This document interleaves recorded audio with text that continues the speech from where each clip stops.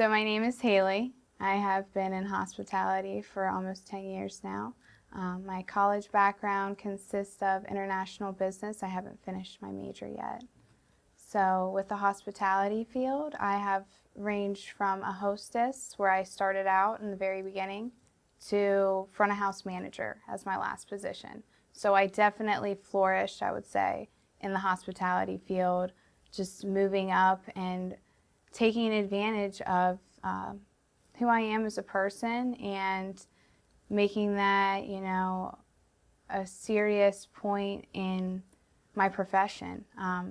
Being happy, being positive, it will take you places. It always will take you places. So I started out as a host, and that was because my mother at the time was working as a manager at the restaurant, so she got me in. And I always looked up to her because she waited tables. She just was a very happy person, and people love that. And I mean, if they like you, you can earn a lot of money. I mean, point blank period. It's not always just for the money, but knowing that that can come out of it, I mean, it's definitely a good trait, in the hospitality field. So my mother helped me get into the host position. From the host position, I also saw the waitresses and how much money they were making, and my eyes lit up. I was like, I need to start making some good money. Because, I mean, I was making minimum wage at the time. I wasn't even getting tips. So I was like, what can I do? And the manager at the time, I was the head host, and he didn't want to get rid of me. So it took a few months for him to actually train me.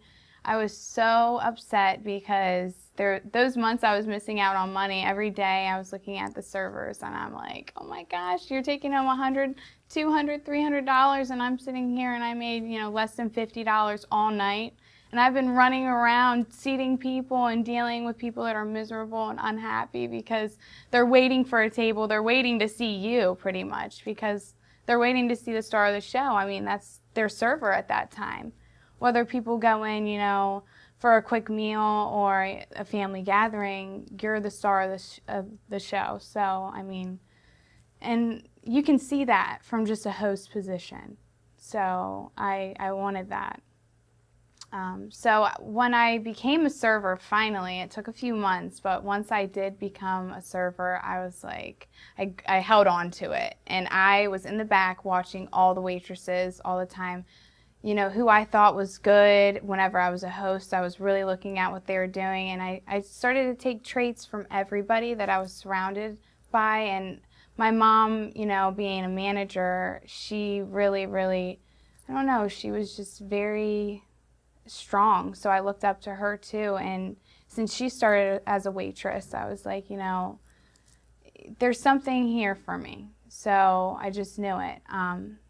So I was a server, and then I went to my last restaurant, and I was a waitress when I started there. So I was happy as a waitress. I didn't know that I was going to end up be taking on a management position at the time. So I don't know. It was just,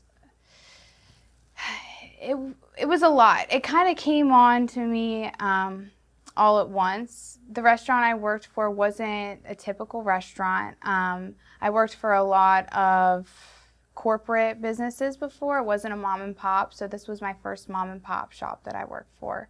And I was the head server. Pretty much all the other servers diminished. They just weren't responsible, reliable, so they all kind of fell off, and I was the only one there. So at one point in time, for about a month straight, I was the only waitress, day in and day out, day and night. That was me. And it was a lot. I was pretty stressed out because I was just tired, But at the same point in time, I was slowly taking on bigger responsibilities. My manager at the time was dealing with a lot, so I had to take on that role. And that role pretty much consisted of, food orders, hiring and firing people. Because after that month, I was so over it. I'm like, we need to do something different. We need to get people in here. So he basically said, well, I need a manager. So that's when I really took on the role. I was like, okay, I'm going to do it, and I'm going to find good people, because obviously, I mean, I love my old manager to death, but he just did not know what he was doing when it came to picking people, unfortunately. I think he had great intentions, but they just weren't very promising. Obviously, they didn't stay around for very long. So whenever I took on that role, I don't know, I just had faith in myself. I knew that I could do it. So I wasn't worried. I was kind of excited. I'm like, this is finally, I can, not that I was necessarily ready for it, but I was just like, finally I can have this sense of leadership that I felt like I deserved, because for the longest time I was following everybody around and I was learning so much. I mean, it had been almost 10 years at this point. I'm lying. It had been probably about 6 years at this point. So when I took it on, I'm like, okay, I know what I'm doing. So it was a no-brainer. But moving to that, side of things and becoming a manager was really, I don't know, it was kind of a highlight for me, because somebody said, I believe that you can take this role on. And he believed in me, and I did it to, my best potential. I have a great relationship with my manager, and I don't know, I've had a lot of different relationships. I've met a lot of people, and the interactions just have been endless and spiritually, mentally, physically growing for me. I mean, nothing negative I can say about it. I actually worked for Red Lobster for a long time, and I loved working for Red Lobster. That's where I started off being a host. And it was, there's nothing negative I can say about it. The side work is definitely a lot more for some reason. The side work at the end of the night for corporate business is just ridiculous. Silverware, you have an endless amount of silverware, but that's just because, they have so many customers, so that just is what comes with it. But working for Red Lobster, they're great. It was Darden at the time. I don't believe they're part of Darden anymore, but yeah, so I worked for them.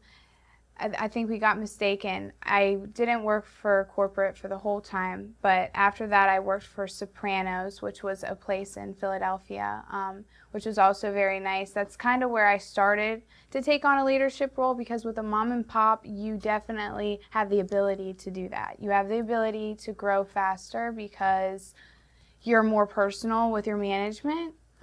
With corporate, they don't really allow that. You definitely have that strict line of, I'm your manager, you have to do what I say.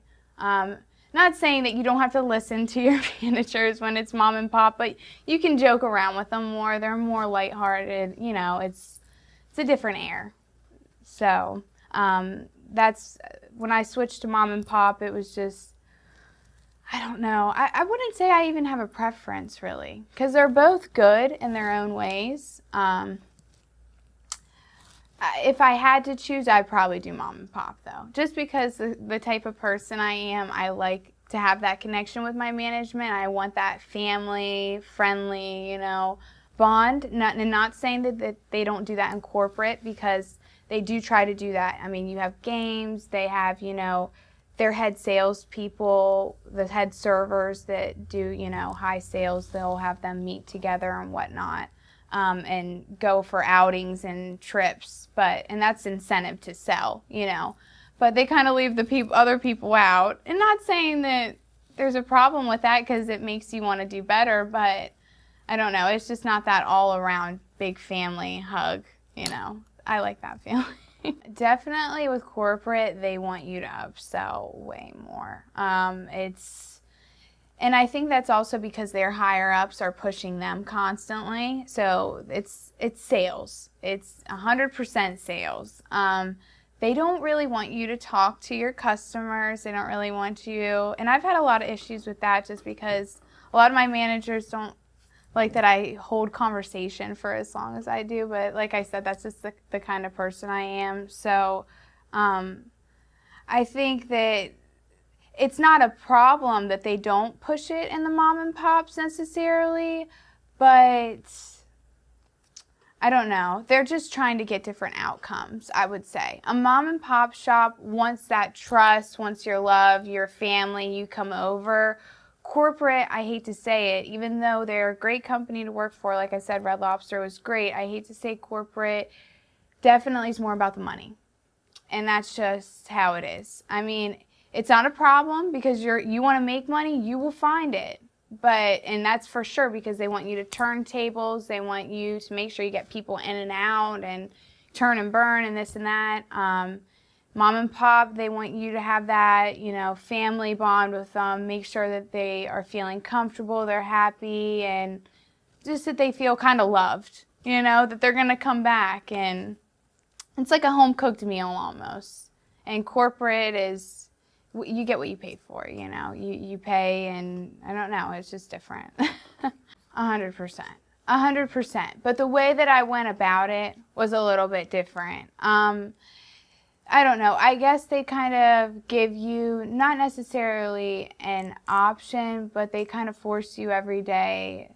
I don't know, they just go about it different. I can't really explain it. Mom and pop, whenever I was trying to have my servers and waiters, waitresses upsell, I don't know, I just wasn't as pushy.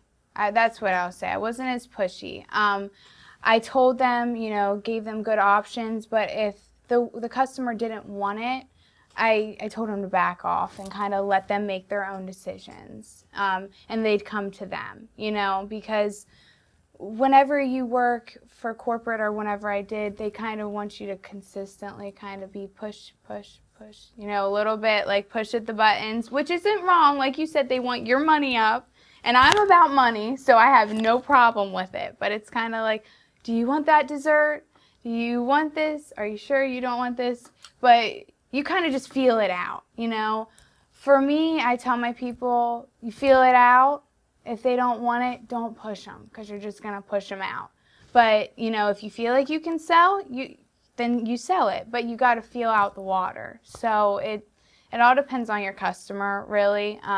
But I gave them tactics and ways to feel that out for themselves. Not really, you need to go sell this, but, see if you can try to sell this, see if you can make it sound very enticing, and if they don't want it, move on to the next thing, and they'll, come to you and tell you what they want. So that's just how it was different. Not saying either one was better, because like I said, I love money. So I don't think there's a problem with pushing it constantly, because there's going to be somebody that is going to crack, and if they don't want the dessert, they're going to get it.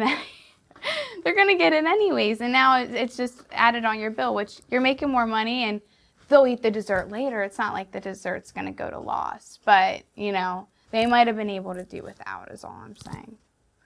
Well, with the average sales being around $1,200 a day, the highest that I brought in was $6,600. And that was marketing.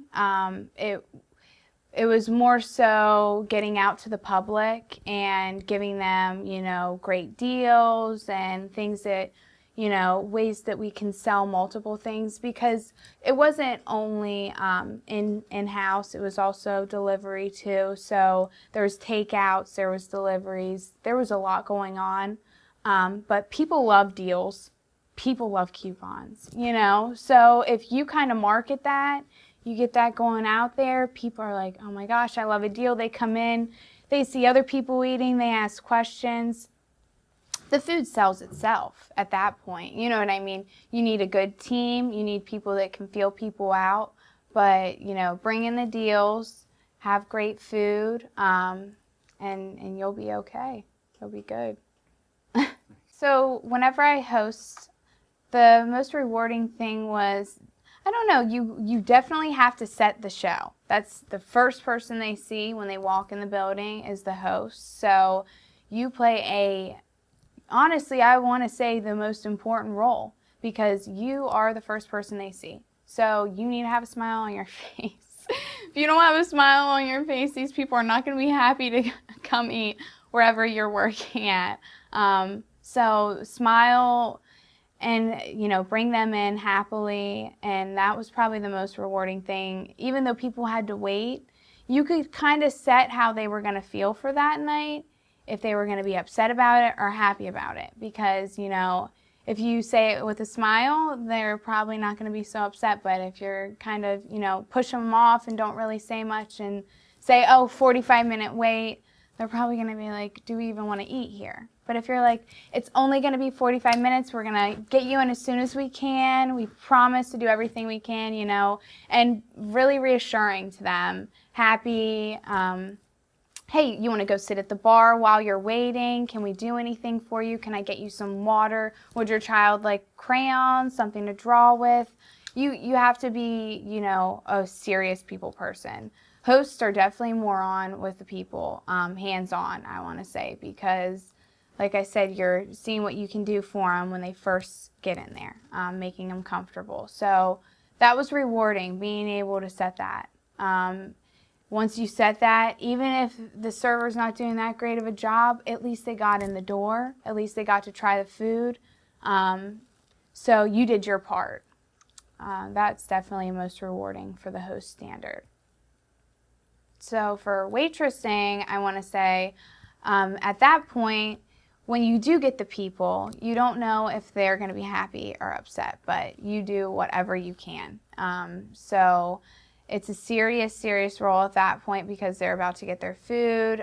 There's a lot of factors that you can't really manage at that point because the kitchen, you never know what's going to be going on with the kitchen. They could be having a really good night. They could be having a really bad night. So positive attitude, food's going to be out as soon as it can, letting people know beforehand that, hey, it's going to be a little bit. Doing what you can to set that before they start their meal and get into appetizers and everything.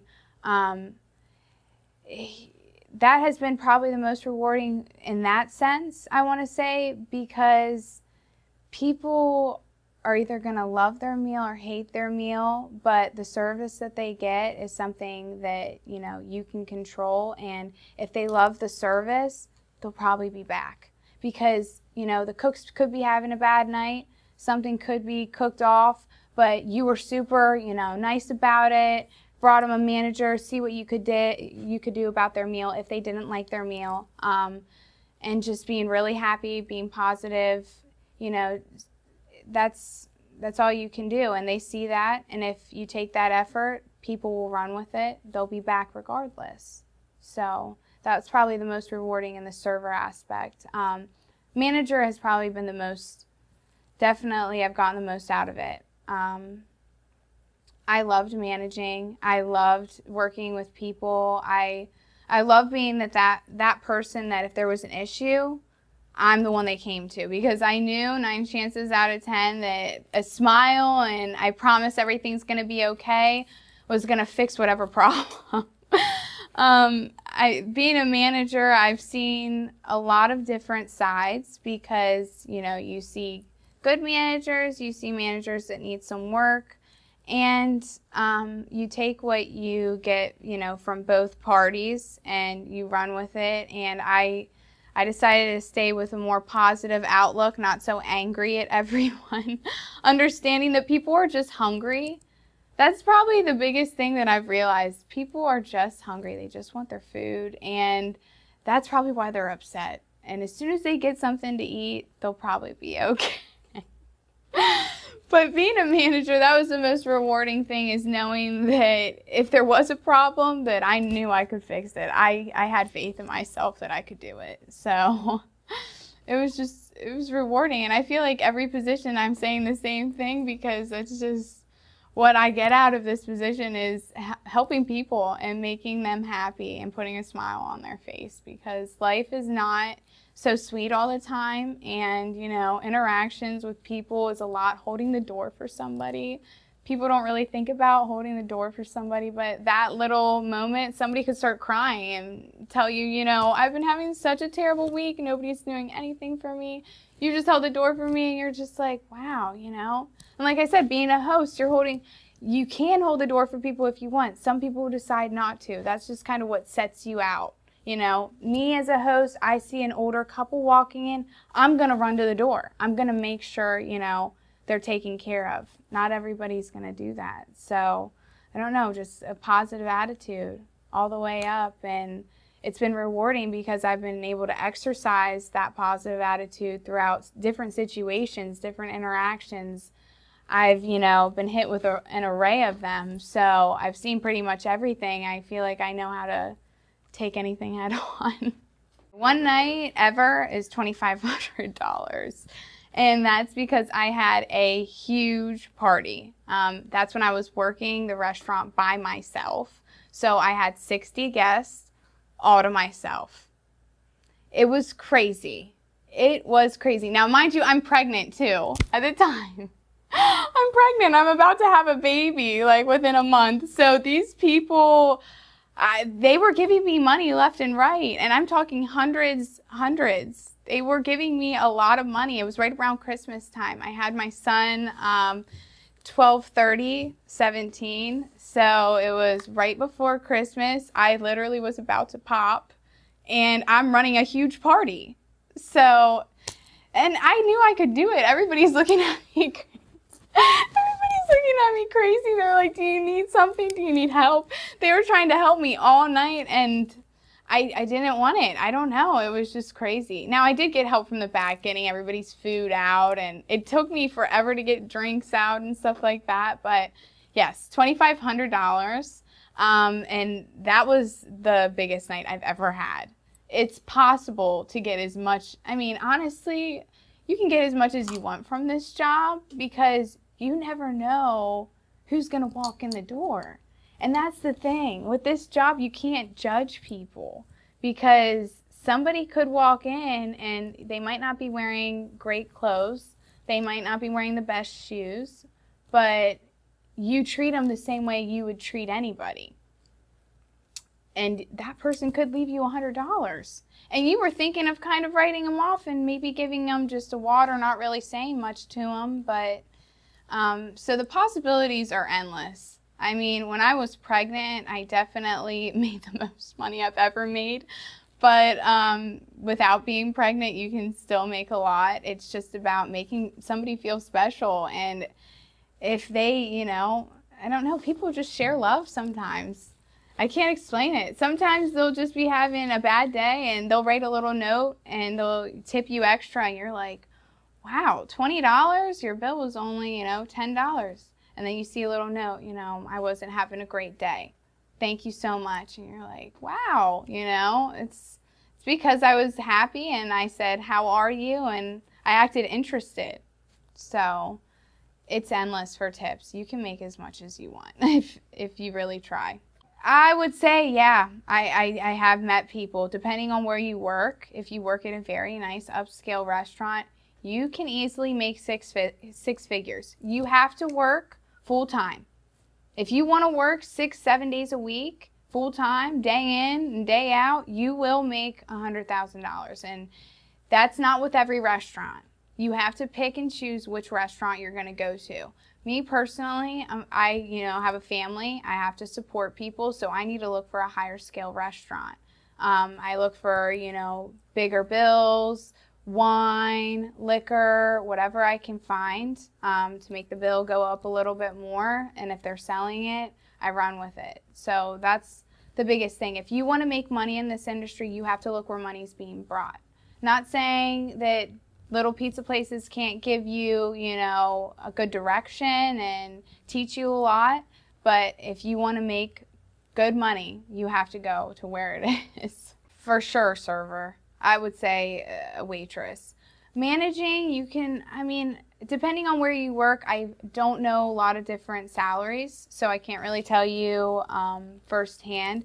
I would say $50,000, probably about averages. And the thing about managing is you're working all the time, which isn't a problem if you like it. But me, I'm more about the quick money. I wait tables, I get in and get out. I'm not checking everybody in and checking everybody out. Like I said, there's good things about both roles, but waiting tables, you have an opportunity to make endless amounts of money. Way more than a management position, I would say. Which is sad too, because you're thinking to yourself, you know, being a manager, I should be able to make more than these servers and not be around as much. And you have to deal with the short end of it, you know, people fighting and drama. I mean, you learn to live with it and you deal with it, but you're just like, oh my goodness. You're happy for people too, because you give them little, you know, tips and tricks and they're like, wow, that person just tipped me extra. And you're like, yep. I'd always tell people, you know, bag their food up for them. A lot of people don't do that anymore, but bag their food up for them and they will respect that. Some people don't really like other people touching their food, but 9 chances out of 10 people are going to be like, wow, you're bagging my food for me? They feel special, and you're just like, yeah, I'm bagging your food for you. So that could be an extra few dollars, you know? It could be $2, could be 20, depending on how that person's feeling. So, and that's the difference about the management position is you don't really get that, you know? People are happy, and that's great, but they're not giving you the money directly. So it's just different. Exactly. Oh my gosh. I mean, once you do get management experience, the next part is owning your own business. And from there, that's when the possibilities are truly, truly endless. I mean, I wouldn't say that I'm necessarily looking to own a restaurant, but with customer service, I have found that that's just who I am. So being a server, front of house manager, host has really just shown me what I do want to do with my life. And it has gotten me to the point where I am capable financially to figure that out as well. I mean, that's how I started paying for school, was with my tips. That's how I pay for my, you know, my family's life is with my tips. And so the possibilities once you become a waitress are really endless. And it's that feel-good feeling because you can go anywhere once you have this trait and, you know, serve anywhere you want, really. And bartend, I mean, bartending is really where the money's at. But serving's great too. Serving is great too. Once I get home from work, I usually unwind by doing some light yoga, meditation. I read books. I do what I can because I don't get a lot of time as a mother. So whenever I get home from work, if it is a night shift or a day shift, I mean, it really depends. Night shift, I'll usually do yoga. But if it's a day shift, I'll kind of come home. I'll unwind mentally just by doing some meditation, some light breathing exercises, light some incense, you know, kind of just relax. Because the thing about this industry is you get so many emotions, so much energy from so many people. Once you get home, you have to unwind. You have to find a way to really bring yourself back because me personally, I take in everybody's energy. Not everybody is like that, but personally, I take in everybody's energy. So when I come home, I kind of have to diffuse, breathe, relax, get my state of mind and my serenity and peace back. Not saying that this job is bad in any sense, but you're constantly interacting with people, and that's just what's going to happen. I mean, it's, you know, it's just what's going to happen. So you get home, do some yoga, do some meditation. I cook some food for myself because I actually cook on the side too. I would never be a cook because it's way too hot back there. But I come home and I cook myself a nice little meal. I just kind of relax, you know? And I take in really what I learned from people that day. That's another thing that I kind of analyze any interactions that I've had with people and take the good, and I also take the bad. So if there was, you know, a situation, I kind of think to myself, oh, how can this be different next time, or how can I improve? And if it's a good situation, I'm like, okay, I'm going to make that, you know, something that I do on the regular now. So with, you know, winding down and relaxing mentally and physically, I definitely analyze how my day went too. And that is key to success, because if you do not analyze yourself and you do not understand how you interact with people, you won't understand how to make good money. I mean, and everybody wants good money, so you got to figure it out. So, serious precautions that you have to take is definitely non-slip shoes. That is the first thing. You do not want to slip. You don't think you will slip, you probably will slip. There's always some sort of liquid, ice getting spilled on the floor, something from the cooks, potatoes, a lemon. Oh my gosh, please don't step on a lemon. I've seen some people hurt themselves on them. So I'm like, you need to have non-slip shoes. So physically, you need that. But I'd say mentally, you need to have a strong heart and just understand that people could be having a bad day. I mean, you just need to have that shield on when you go in there that's kind of like, even if this person's having a bad day, I'm still going to smile. Some people really don't like that, but you got to just be a nice person, because some people will think, oh, they're smiling, and I don't know, people are weird. People are really weird. So, yeah, I don't know why I just went off on that tangent. I'm sorry, but honestly, it's just so crazy, because I've been nice to people that are really upset before, and they kind of think I'm being condescending almost, and it's like one of those situations you just kind of have to read them out. You know what I mean? Because you never know how everybody's just different. So odd. Local rock radio show host, pretty cool people, but famous celebrities, like, you know, millions of followers, nobody too extravagant, but not saying that you can't. You work in California, you work in Hollywood, you are bound to see somebody famous. If that's what you're striving to do, you will find somebody.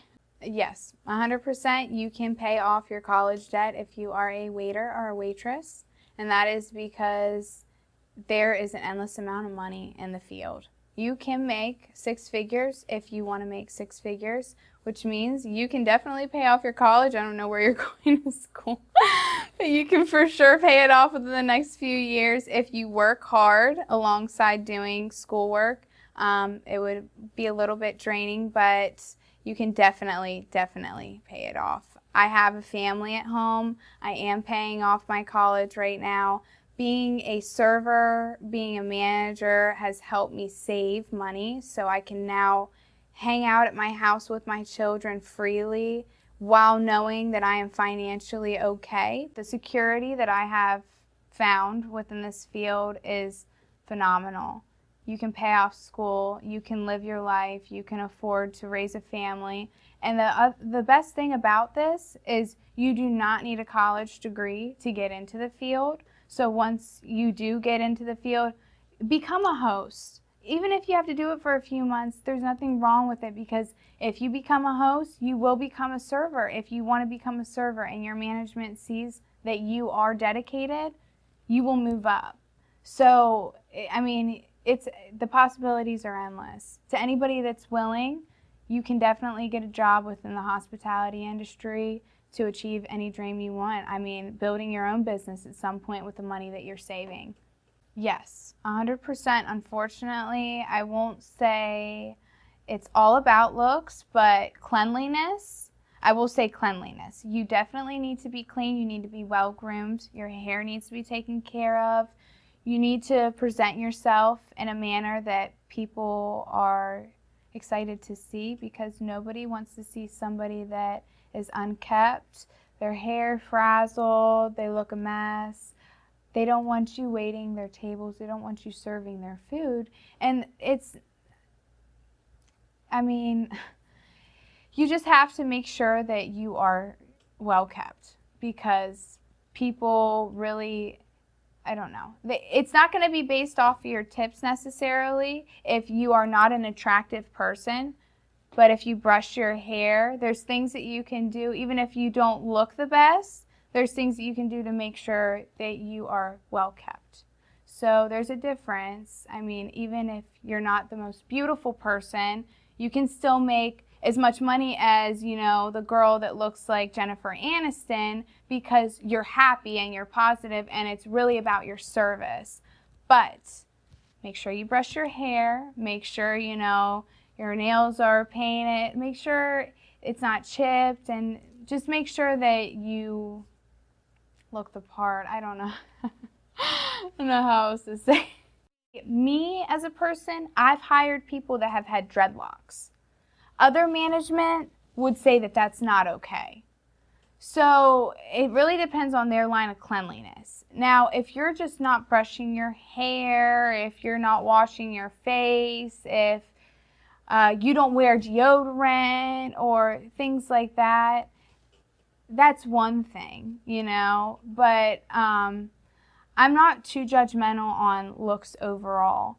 If you don't put any effort into getting ready for the day, that's an issue, and I probably will not hire you if you're not brushing your teeth, if you're not brushing your hair, because those skills are going to be brought into your job. And if you're not clean, then I can't really expect you to be clean in the workplace either. So it's not to be judgmental, but if you do not look, you know, clean, then you probably will not receive the position. So just make sure you're well kept, you look presentable. Even if you are not an attractive person, you think that you are ugly, unfortunately, this or that, you can still do things to look presentable. You need to be physically groomed and prepared if you are going to be applying for a position or working, because people see that, and unfortunately, this is a people job, so you are going to be interacting with people. It's customer service, and if you want to make money, if you want people to listen and respect you, you have to be presented in a certain way. You have to make sure your hair's brushed. You have to make sure you're groomed, you know, and well maintained. So it's definitely a big aspect of it. Like I said, you don't have to be the most attractive person. Just make sure you are well kept.